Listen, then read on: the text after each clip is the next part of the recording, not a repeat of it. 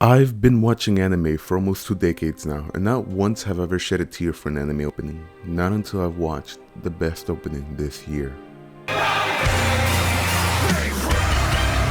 Okay, I'm joking. Ranking of King's second opening not only left me an emotional wreck, but also inspired me to share this pseudo-intellectual analysis on it. So I just want to make this quick video on why Ultimate Ranking meticulously incorporates everything that you've been watching throughout the anime and masterfully brings it all together in its opening, eliciting a flurry of raw emotion from the audience while also weaving multiple stories in its opening that spoils the majority of the story. But it's done so subtly that you're not actively looking for it. You most likely won't notice, and it's amazing. So take a seat, relax, because today we're going to be talking about Haraka no Yusha by Vanjiri.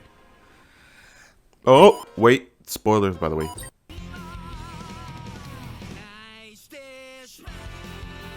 As the music begins to play, we have two unknown individuals using their hands to create shadow puppets. One of them resembling a bird flying, when suddenly with an explosive entrance, another hand pops into the scene, closing and capturing the hand before quickly turning itself into a soldier riding a horse, only for the first hand to gather itself back up, floating and transforming into a crown that slowly begins to come closer to the unknown shadow, when it's revealed that it was actually Boji. Let's unpack what happened here real quick. Wings and feather in anime generally represents a sense of freedom, and when the wings that the prince was making was taken up by the knights, you can make the assumption that it was meant to symbolize the freedom of the people getting taken away. For a hero to come and destroy the oppressor, ultimately being rewarded by becoming the king of those that were just liberated. The beautiful thing about this, it could either be interpreted one or two ways, as a future story of Boji, or that of his quasi-late father, Boss, as Boss's story begins with him one day appearing and liberating the townsfolk from monster attacks, ultimately being revered as a savior, and eventually turning that town into his own kingdom.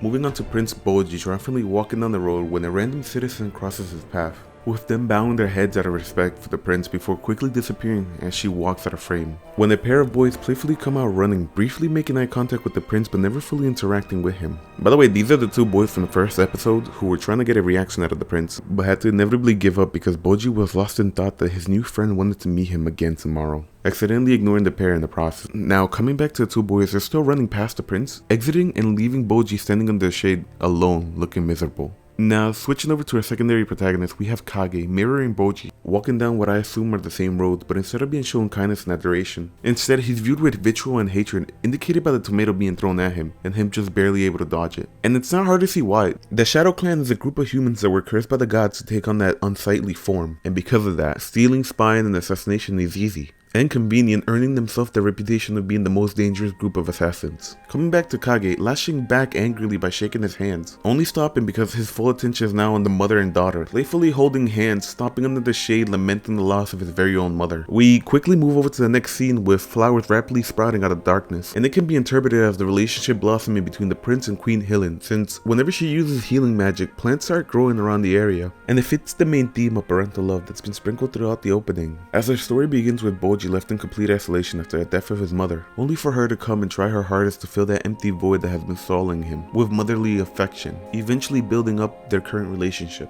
Okay, I could be wrong here, but the following frames are a time-lapse location of where Kage met Prince for the first time, followed by a diamond boss made to propose to Queen Hildred, unfortunately making a dark turn as we watch the Clan of Light parading the corpses of the Shadow Clan. And just as quickly we get a cool looking scene of the Knights of the Underworld riding their horses through the forest, racing to get to the kingdom of Boss in order to capture all the criminals that were released by Miranjo, as we transition again to a shot of Boji playfully sitting on top of the castle looking up at the distance, with a close-up shot of him lost in his own little world. Now, this scene alone doesn't have much to it visually, but when you add the music, it begins to completely change. I'll put what the song is trying to convey at the end of the video, with the next scene beginning with Daira submerged in pure darkness, comforting the younger version of Miranjo until a bright light comes up and showers them both in a warm yellow glow. It can be taken in many ways, one of them being the direct version when Boss was talking to Bebin on what happened to the kingdom of Humas. A memory was shown to Daira, and in a symbolic way it can be interpreted as the light at the end of the tunnel. It cuts over to Boji exploring the outskirts of the kingdom until he stumbles upon the broken pieces of Miranjo scattered across the ground. And as Boji gets closer to the mirror, its reflection shifts from the night sky to a reflection of his. And I feel like I might be reaching a bit here, but the broken reflection of the glass is how Boji sees himself, a cursed giant with no strength, which is why you see the part of the mirror that's holding the candle slid in half, as well as the part that reflects his ear is missing. But hey, that's just a theory that I thought kinda fit nicely. But getting back to the opening, the broken pieces of the mirror starts levitating, putting themselves back together until we get an image of Miranjo as a child, cleverly hinting at her past and the suffering she was put through in her childhood, how the villagers tore her limb from limb, as well as foreshadowing Boji's destruction and eventual salvation of the broken Miranjo. Instead of following the typical shonen tropes where the hero is always killing the villains of the story, Boji will eventually find a way of redeeming her instead. And it was something that's been heavily hinted at throughout the series. From his weapon of choice to the fact that even while she's trying to assassinate him, she suggests escaping instead of fighting the immortal Prince Oaken.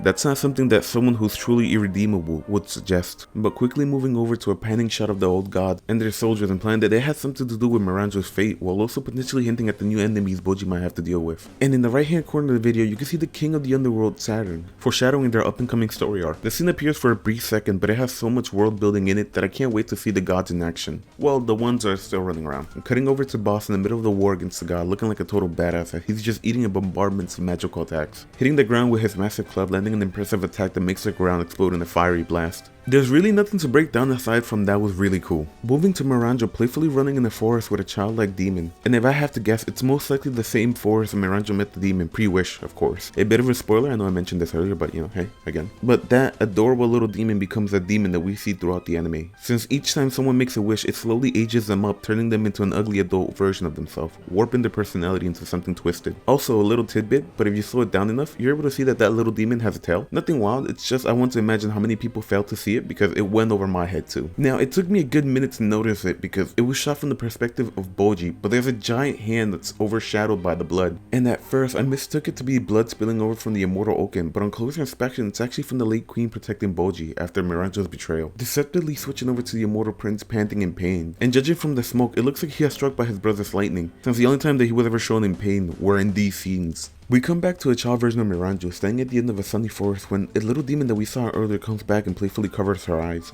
Fading to the adult versions doing the exact same actions, but it has become warped and twisted, hinting at that he holds Miranjo's life at the palm of his hands, since she made a deal to have her soul transferred to a mirror, only to be interrupted by Kage popping up with the dagger that he's been holding since the beginning of the series. And for the love of God, I have watched and rewatched every episode, but this scene was just put in because he's best boy, I have nothing. Fading into one of my favorite scenes with Desha in the underworld, looking at his gigantic hand after he uses his lightning, with one of the sparks flying underneath his right eye, making it seem like a tear is coming from the king. And while it's such a brilliant scene, the amount of interpretation that could be derived from this scene is outstanding.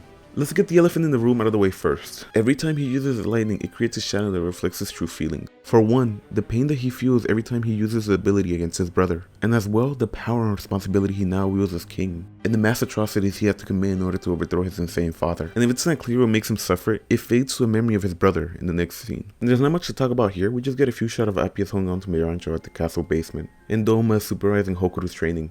Nothing that I can see, honestly, but if you see anything, just let me know. I just want to know if I missed out on something obvious. But the one jam pack full of juicy symbolism is a close-up shot of Darush, with the shadow under his left eye foreshadowing the eye that he will eventually lose. And give me a second to just say how cool the animators understood his character. He must have been a fan favorite because he gets the most story told. He's the former spear of the king turned into the shield of the queen, which is why his face is the only thing that the enemy sees. That's impactful, but we still follow one of the themes of the video. We get Miranjo most likely reading young Prince Eren a bedtime story. I don't know, maybe something about the rumbling. And here it is, the reason for making the video in the first place, and that's the following scenes that were so perfectly crafted that they don't need any dialogue to express the emotions that were portrayed in your TV. It begins with a rotating shot of the snake tailman Bebin, crouched next to the castle wall in this dreamlike state with bright, sunny light enveloping them both. Bebin gently caressing the younger version of the three-headed snake, the very same snake that Queen Helen and Boji saved. Bebin treating Matsumura not as a pet, but as a member of his family, as you can feel the love that each of them share for one another, especially with each painstakingly hand-drawn scene of him gently getting caressed by Bebin,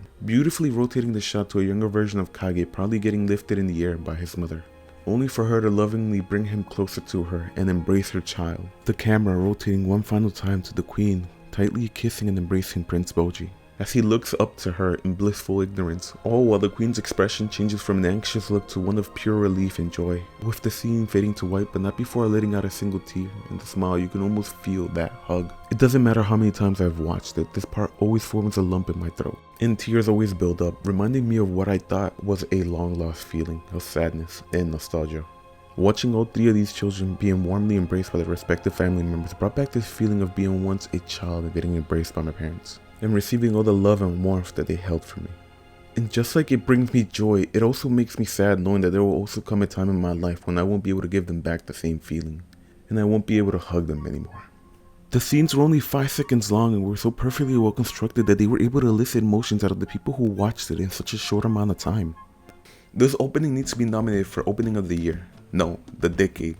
And if this opening does not win this year, I swear to God, I will riot. The streets will be filled in the blood of my enemies. I shall lead the crusade. Anyone who doesn't think Ranking of King's second opening is amazing shall be crucified. We move on to Boji as we get a look at the physical representation of his mental state.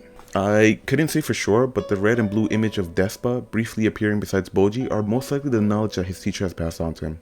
Using everything that was taught to him to further strengthen his resolve and finally face his father for the first and last time. The strange thing about this part is its cinematography.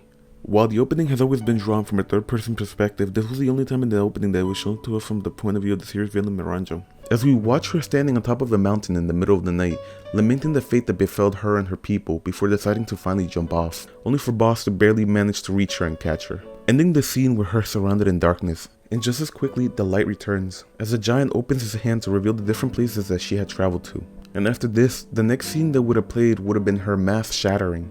But after a 20-second episode, they added a scene after her backstory was shown to us. Here we have the child demon that she befriended staring back at her, while the more jaded adult version of him is torturing some souls, letting her know the fate that awaits her. And following the previous episode's conclusion, the opening added one more scene, where we have Boji and Dada finally able to rescue Miranjo, also adding a close-up shot of a blushing Dada, trying to act all dignifying. Ending with her mask shattering. Okay, I rushed through this part because not many people watched the new opening. I didn't want to break down the story it was showing us while picking apart the scenes because it would get confusing. And if I had to go back for every new scene that they added, it would create a convoluted mess. Plus, not many people knew that there was 2 new scenes added to the opening. Let's begin with Miranjo jumping off the cliff like I mentioned earlier. Everything that she knew was taken away from her, spending the days crying and the night sleeping. When she finally decided she had nothing left and jumped, ultimately getting saved at the last minute. And the beautiful part about this is, the second her view gets obscured with the sensation of having lost it all, it's just as quickly proven that she hasn't lost it all. Since it's shown to us, the person who would be hurt the most if she died would be her adoptive father. Again, like I mentioned earlier, she spent most of her years traveling around the world with Boss, with the added caveat that they actually removed 2 of the following scenes. The one where they travel to what I'm guessing is the ruin of their home kingdom and a desert. The desert hasn't made any major appearances, but I'm hoping they will expand on this with the up and coming second season. And both the scenes are replaced with her former childhood friend and the 2 brothers saving her. A nice little touch that they added was the way they transitioned from the beach to the adorable little demon, since it was at the beach when she decided to do anything in her power to make Boss the strongest in the land, even if that meant breaking the promise to her best friend. But before having to deal with the consequences of her deal, she's ultimately saved by both princes with a close-up shot of Dada. And if you didn't notice it, for a brief second her vision of Dada blurs, making it seem as she's joyfully shedding a tear, perfectly concluding the story with her mask shattering, letting go of all that torment and hatred she carried all those years, finally being able to accept the kindness that everybody had given her, ending that chapter of her story. Coming back to Queen Helen looking far more confident than how she was earlier in the opening, this time embracing the young confused boy for the last time, as she finally understands that it's time to finally let go and allow him to grow and become a king worthy of a legacy for himself. Knowing that if she coddled Boji he wouldn't grow, knowing this could potentially be the last time that she will ever see him, she entrusted him to the only person that could face the same challenges that the prince has. After all, ironically as it sounds, Kage is the sun shining on him. Which is why the opening ends with Kage reaching for Boji's hand, to embark in a brand new adventure to find a place where he can shine forever, a kingdom of their own. But wait, I'm not done yet. Earlier I did mention I was going to talk about the lyrics that Vandre sang, but when I wrote that line, I truly could not foresee how perfectly it went with the images shown, but how well it fits in with the theme of the anime. And what I thought at the time was them focusing on one character, the longer I replayed it, the more I came to realize the song wasn't about Boji, but about Boji and Miranjo and how they perfectly mirrored each other except for their inevitable outcome. Since I don't have the desire or the ability to start my own singing career, I'm gonna borrow the beautiful vocals of Miss Mewsic. Thanks for letting me use your vocals. She makes some really amazing anime cover songs, so check her channel. I left the link in the description and let's begin.